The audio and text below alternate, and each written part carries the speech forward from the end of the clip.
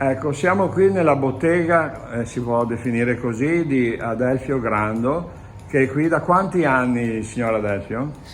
58 anni. 58 anni, ha cominciato nell'anno? Avevo 15 anni, quindi 15 anni.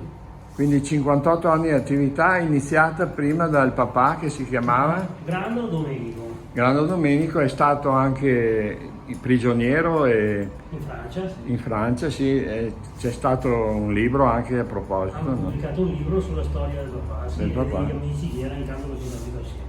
Quindi lei dopo che il papà è rientrato e ha iniziato l'attività nell'anno 60, mi diceva, Sì. ha cominciato a lavorare, quanti anni aveva?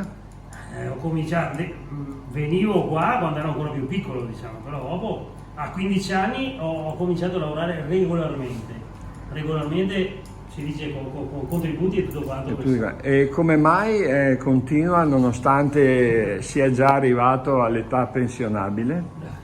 La passione, e finché ci sono i clienti che chiedono